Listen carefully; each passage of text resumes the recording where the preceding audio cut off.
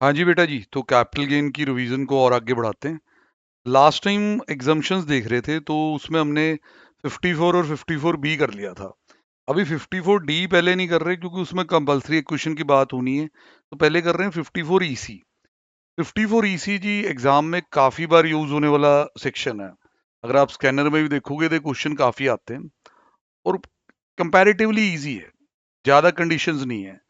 पहली बात, कोई भी इसमें एग्जाम्पशन ले सकता, कोई भी। इंडिविजुअल एचयूएफ तो थे ही, अब यहाँ पार्टनरशिप फर्म, एलएलपी, कंपनी, ये सब भी आ गए हैं। Any SSC is eligible.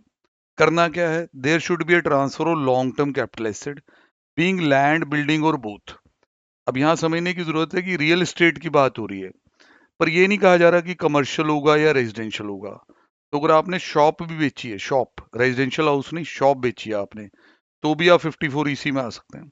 हाँ, अगर आपने रेजिडेंशियल हाउस बेचा है और आप उसके बदले में रेजिडेंशियल हाउस नहीं खरीदना चाहते, क्योंकि अगर आरएच बेचा है और आरएच खरीदना चाहते हैं तो section is already there, section 54। पर अगर आप घर नहीं खरीदना चाहते, घर बेच के, तो आप ईसी में आ सकते हैं, क्योंकि यहाँ बात लैंड बिल्डिंग की हो रही है भाई। कमर्शियल हो, रेजिडेंशियल हो, कोई चक्कर नहीं है, इवन प्लॉट ऑफ लैंड भी चलेगा। Such asset can also be a depreciable asset. Building जिस तरह अगर बिजनेस में है तो ऑब्वियस है उस पर डेप्रिसिएशन क्लेम हो रही होगी पीजीबीपी में। कहता है उस बिल्डिंग के कैपिटल गेन के अगेंस्ट भी हम आपको 54EC देने के लिए तैयार हैं। बस एक शर्त है कि वो 24 मंथ से ज्यादा होल्ड होनी चाहिए। तो ध्यान ये रखेंगे कि अक्सर जब बिल्डिंग डेप्रिशिएबल एसेट बन जाती है तो नेचर ऑफ गेन तो शॉर्ट ही रहता है, ब्लॉक में शॉर्ट गेन्स ही आते हैं। But in order to claim the exemption, you have to make sure कि उस डेप्रिशिएबल बिल्डिंग को भी आपने 24 महीने से ज्यादा रखा। देन उसके बाद जो भी कैपिटल गेन अराइज हुआ ये बिल्डिंग या लैंड बेच के, उसको आपको इन्वेस्ट करना पड़ेगा लॉन्ग टर्म स्पेसिफाइड एसेट में।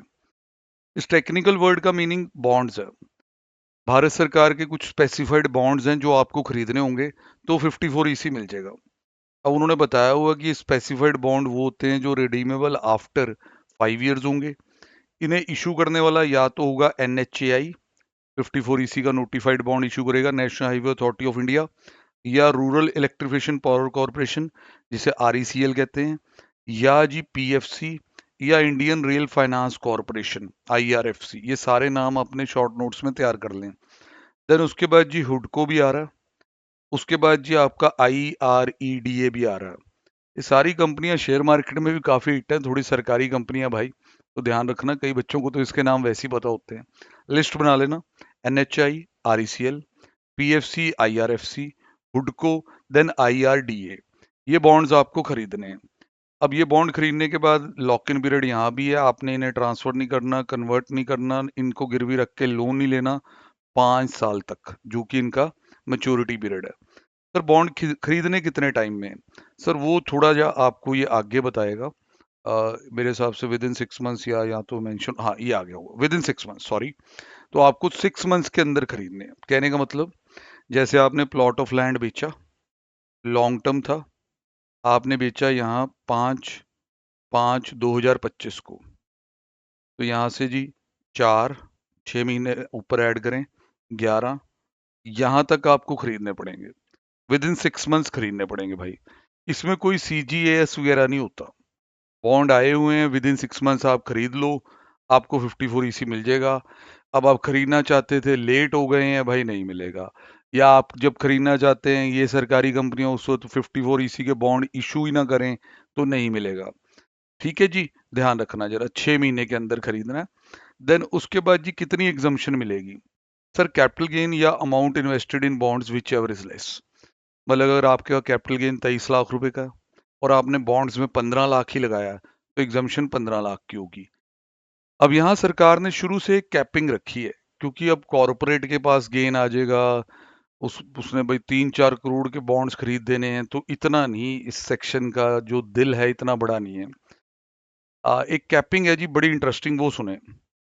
The maximum investment that can be made in the notified bonds, और ये सारे ही मान के चलेंगे, नोटिफाइड में वो पूरा पूरा नहीं लिख रहे हो, out of the capital gain arising from the transfer of one or more asset during the previous year, one or more asset पे भी ध्यान दें, in which the original asset is transferred and in the subsequent financial year cannot exceed 50 lakh। Sir एक pan number पे एक financial year की return भरते हो तो 50 लाख से ज्यादा का 54 ईसी नहीं मिल सकता। अब आप कहोगे in the original year, previous year in which the original asset is transferred in the subsequent, ये क्या मतलब है? सर ये तो बहुत प्यारी बात है, यही समझानी है। अब जैसे मान लो किसी ने 54 ईसी का एलिजिबल एसेट यहाँ बेच दिया, यहाँ बेच दिया, अब ये ईयर एंड के आसपास है। उसके सीए ने कहा कि भाई देखो यहाँ हमारे 6 महीने खत्म हो जाएंगे, तो आप यहाँ तक इन्वेस्ट कर सकते हो। अब बंदे ने कहा कि 50 लाख की लिमिट है, मान लो उसका लॉन्ग टर्म कैपिटल गेन आ रखा है 1 करोड़ 20 लाख। अब बंदा थोड़ा चालाक निकला, अब ये गेन है जी प्रीवियस ईयर 25-26 का, तो उसने क्या किया, यहाँ भी बॉन्ड आ रखे थे, 28 मार्च को 2026 में 50 लाख के बॉन्ड खरीद लिए। अगर आम बंदा हो जो ऐसे ज्यादा दिमाग नहीं लगाता तो वो कहेगा हो गया मेरा, बस इस साल की मेरी लिमिट खत्म हो गई है। अब जो शाणे होते हैं शाणे, अगला साल स्टार्ट हो गया, अगला साल स्टार्ट हो गया, ये टाइम अभी अगले साल में भी है। बंदे ने 15/5/26 को और 50 लाख के खरीद लिए, कहता है इस साल की लिमिट भी यहीं यूज कर लेते हैं, 1 करोड़ की डिडक्शन दे दो। सर पॉसिबल नहीं है, इन जैसों के लिए लिखा, maximum investment which can be made in the bonds during the previous year in which the asset is transferred and in the subsequent year can not exceed 50। वो अगले साल कुछ बेचना, उसके लिए 50 की लिमिट है, ये नहीं कि इस साल जो बेचे हैं उसी में अगले साल की भी लिमिट यूज कर दूं। तो ये शाणाबंती नहीं चलेगी भाई, इसलिए वो लिखा। अब आप समझ गए होंगे पॉइंट की ग्रेविटी, क्योंकि 6 महीने तो अगले साल में चल रहे हैं, तो वो कहे जी लो ये भी मैं यूज कर लेता हूँ। नहीं सर, इंटेंट ऑफ लॉ ये नहीं है, इंटेंट ऑफ लॉ ये है कि इस साल के गेन के अगेंस्ट मैक्सिमम इन्वेस्टमेंट 50 लाख होगी, चाहे इस साल के अंदर कर लो चाहे अगले साल, पर मिला के दोनों 50 होंगी, 1 करोड़ नहीं होगी।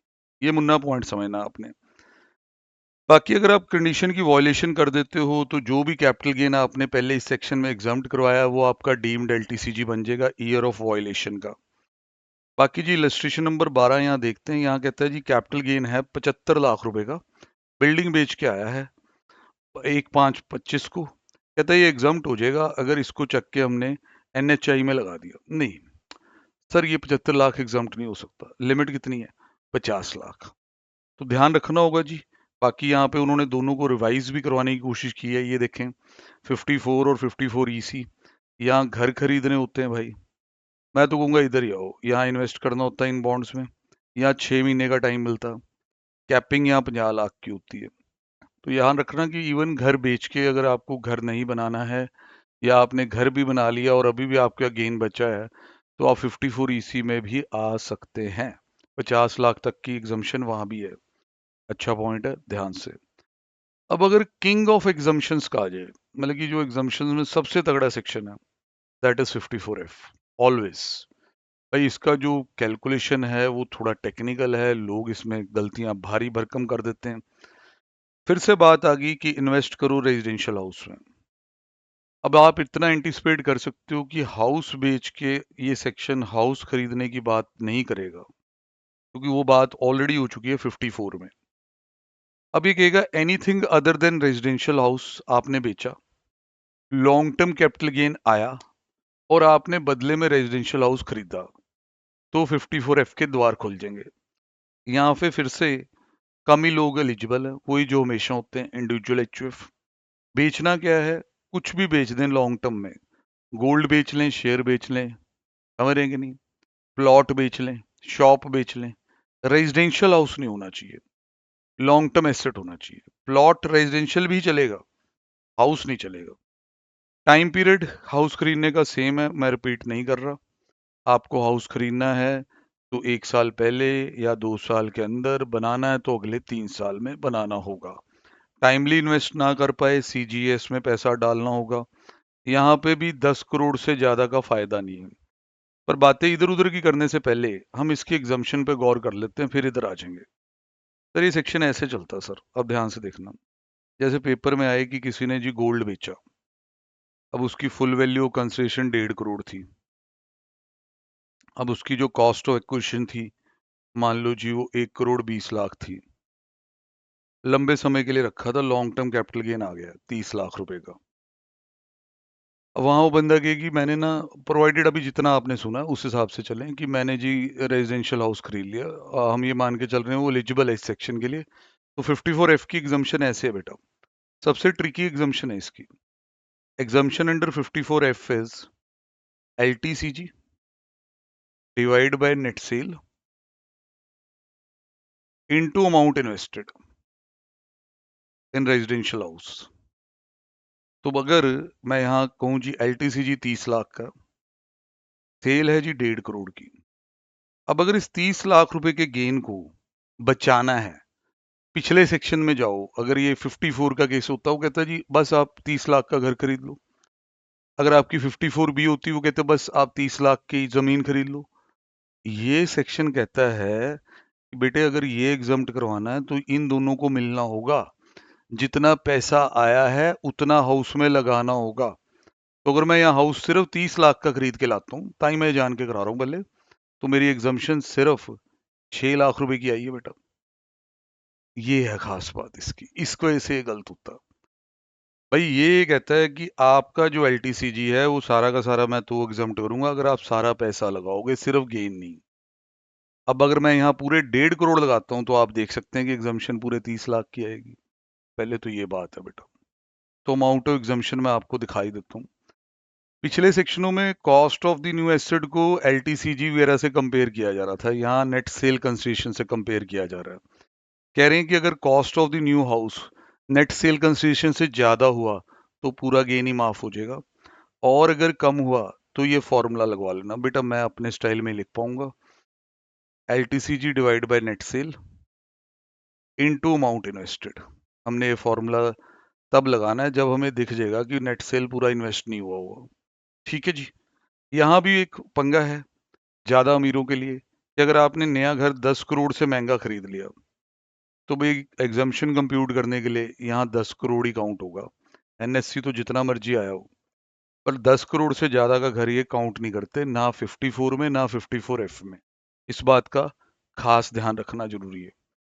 अब सर 10 करोड़ की बात तो चलो यहाँ हो गई। अब इस सेक्शन की और भी बड़ी हार्ड कंडीशंस हैं। 54F is a hard section. ये कहता है कि बेटा देखो, आपको एग्जामिशन का तरीका पता नहीं मेरा पसंद आया है कि नहीं, पर अभी कुछ और बातें मैं करूंगा वो बिल्कुल पसंद नहीं आएंगी। पहली बात, assessee should not own more than one residential house on the date of transfer। जैसे इस बंदे ने ये ज्वेलरी बेची है, गोल्ड बेचा, ये डेट ऑफ ट्रांसफर है मान लो 18/12/2025। इस दिन इसके पास एक रेजिडेंशियल हाउस है तो चलेगा, एक और खरीद लो, इस तरीके से एग्जम्पशन आपको दे देंगे जितना आप क्वालिफाई कर पाओगे। पर अगर आप कह रहे हो कि जिस दिन आपने गोल्ड बेचा आपके ऑलरेडी 2 घर हैं, तो आप 54F के लिए एलिजिबल ही नहीं है। सर 2 घर कंट्री लाइक इंडिया में आप अमीरों में ही काउंट होंगे। तो F जो है ना वो जरूरतमंदों का सेक्शन है। इधर अगर आप साइकी समझो, अब बंदा आम बंदा घर कैसे बनाता है, गोल्ड बेच के, गांव में कोई जमीन पड़ी है थोड़ी बहुत, कोई प्लॉट ऑफ लैंड खरीद लिया शहर में छोटा मोटा, वो सब बेच बूझ के एक बढ़िया सा फ्लैट या कोई घर खरीद लेता है। तो ये उनके लिए है कि यहाँ यहाँ से पैसा इकट्ठा करके सारा लगा दो। अब आजकल चलो हो गया कि चलो ये 2 घर भी हो सकते हैं, तो उन्होंने तभी कहा कि चलो एक घर होगा, एक और खरीद लो। बट अगर आपके एक से ज्यादा पहले ही है तो 54F आपके लिए नहीं है, कसम खा लें। और इसकी स्ट्रिक्ट कंडीशन, अब जैसे घर खरीदने का टाइम ये था कि अगले 2 साल में खरीदो, घर बनाने का टाइम ये था कि 3 साल में। तो कह रहे हैं वो जो अगले 2 साल हैं उनमें एक आपने खरीद लिया 54F के लिए, आप एलिजिबल भी थे, ओके है, तो और ना खरीद लेना, बोले और परचेज भी अलाउड नहीं है। एक आपने कंस्ट्रक्ट कर लिया with in the period of 3 year, अब और ना कर लेना। मतलब कि लॉक इन इस पे भी है कि फर्दर बाइंग्स नहीं करनी है। समझ पा रहे हो? फिर आपके मन में आ रहा होगा कि सर अब जो हमने खरीदा अगर उसे बेच दिया 3 साल के अंदर, वहां एग्जम्पशन विड्रॉ होगी, वो भी होगी। पर पहले ये वाली मुसीबतें समझो कि on order to be eligible आपका date of transfer of asset पे एक घर होना चाहिए। ठीक, you are now eligible, you purchase one house in next 3 months. Now suppose further 4 months में आप एक और घर खरीद लेते हो, देन आप बाहर हो, आपकी एग्जम्पशन छीन ली जाएगी, क्योंकि जो ये टाइम चल रहा है उसके अंदर आपको एक ही घर बनाना है। और सुनते हैं, हाँ जी, तो यहाँ इन्होंने इसके फॉर्मूले लगा लगा के इस एग्जाम्पशन को कंप्यूट भी करके दिखाया। एक आध अगर आप चाहते हैं तो मैं अटेम्प्ट जरूर करता हूँ। देखो जी, नेट सेल कंसेशन यहाँ पे आपकी 15 करोड़ है, एलटीसीजी इतना आ गया। आपने 12 करोड़ का घर खरीद लिया। अगर हम इसे अपने ढंग से करें तो हम यहाँ एलटीसीजी रखेंगे, यहाँ नेट सेल कंसेशन 15 करोड़ रखेंगे, 12 करोड़ नहीं उठाएंगे, 10 उठाएंगे, ये हाफ हो जाएगा, 5 की एग्जाम्पशन आएगी।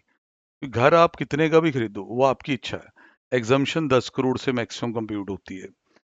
देन उसके बाद जी, ये सारी चीजें जो हम एंटिसिपेट ही कर रहे थे कि अगर हमने एक और घर खरीद लिया उन 2 सालों में, या एक और कंस्ट्रक्ट कर लिया उन 3 सालों में, तो जो हमारी पहले एग्जाम्पशन है, दी गई जो एग्जाम्पशन है, वो वापस ले ली जाएगी, डीम्ड कैपिटल गेन बन जाएगा। इसका बढ़िया वाला तरीका, ये कॉस्ट में से माइनस माइनस करने वाली बातें नहीं करते। और अगर आपने वो घर बेच ही डाला जिसके बेस पे 54F लिया था, तो न्यू हाउस पे नॉर्मल वे में कैपिटल गेन राइज होगा, उसकी कॉस्ट में से रिड्यूस कर दो, ऐसी बातें नहीं होंगी जो 54 में होती हैं, वो वाली बातें नहीं होंगी। जो आपने एग्जाम्पशन ली होगी वो टैक्स हो जाएगी एज एलटीसीजी, वो टैक्स हो जाएगी as LTCG. In case new residential house is sold after 2 years, तो आपका कैपिटल गेन लॉन्ग टर्म माना जाएगा। ये चीजें हैं जी। बाकी जी, इंस्टीट्यूट यहाँ पे ना कोई खास क्वेश्चन क्वेश्चन नहीं बनाता, क्वेश्चन इनके वही हैं जो पीछे हमारे पास पड़े हैं, हाफ डन टाइप। अब ये दो एग्जाम्पशंस आपने गो थ्रू होना है थोड़ा सा, और एक केस मैं आपको अपने लिए अपने हिसाब से करवा रहा हूँ। ये भाई काफी बार देखा, अभी साथ के साथ ही बनाएंगे। जैसे ये क्या करते हैं, अर्बन एग्रीकल्चर लैंड इन्हें बड़ी पसंद है, अर्बन एग्रीकल्चर लैंड।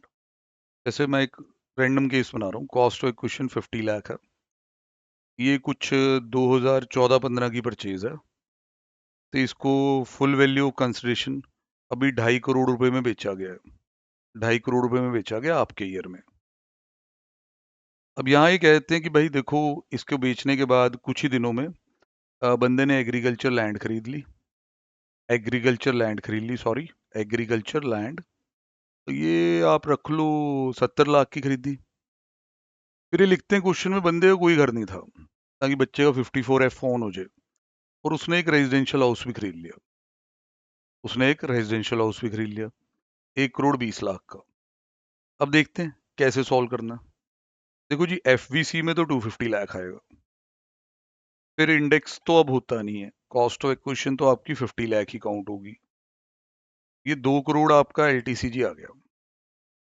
अब डुअल एग्जम्पशन है, तो पहले तो आप कहोगे कि भाई जा अपने सेक्शन में जा, 54B अवेल कर, लैंड के बदले में लैंड खरीदिए, चला जाओ उसमें, 70 लाख की उसने जमीन खरीदी है, ये चीज आ गई। यहाँ गलती होनी होती है बच्चे की। अब बच्चा 130 देखने लग जाता है इस वक्त, फिर आता है 54F, वो कहता है L T C G divide by net sale consideration into amount invested. अब जो ठीक तरीका है पहले वो सुनना मुन्ना, 2 करोड़ का एलटीसीजी है, 2 करोड़ का, ये नहीं, ये बचा हुआ नहीं देखना, original original net sale consideration full के बराबर ही है। ये चीज, कितने का घर खरीदा, कितने का घर खरीदा, 120 लाख का, 120 लाख यहाँ आ गया, 120 लाख यहाँ आ गया। आपको 80%, ये 80% होता, 96 लाख की एग्जाम्पशन मिल जानी, तो आपका जो रिमेनिंग टैक्सेबल गेन बचेगा वो 34 लाख बचेगा। ये देखें जी, ये हमने जमीन बेची, ये आपका दिख रहा है आपको, देन कॉस्ट ऑफ एक्विजिशन है, लॉन्ग टर्म कैपिटल गेन है, जमीन फिर से खरीदी है। ये ना सही सोल्यूशन है। पर जो स्टूडेंट है, मैं सबको नहीं कह रहा, स्टूडेंट भाई भोले वाले होते हैं, कई क्या करते हैं, उन्हें लगता है कि अब तो गेन 130 लाख रह गया, नीचे 250 ही रखते हैं, फिर 120 से मल्टीप्लाई करते हैं। ऐसा करें, ये मैं एक बार कैलकुलेट करके आपको ये भी दिखाना चाहूंगा कि आप अपने क्लाइंट का कितना नुकसान कर रहे हैं। सीए साहब 62.4 की एग्जाम्पशन आ रही है, और सीए साहब आप बात कैसी कर रहे हैं, आप कह रहे हो कि जो बचा हुआ है उसके लिए भी पूरे पैसे लगाओ तो बचा हुआ माफ होगा। नहीं नहीं, इस सेक्शन कभी नहीं कहता कि एलटीसीजी में से पिछले सेक्शंस की एग्जाम्पशन माइनस कर लेना, इसे ओरिजिनल एलटीसीजी ओरिजिनल एनएससी ही चाहिए होती है।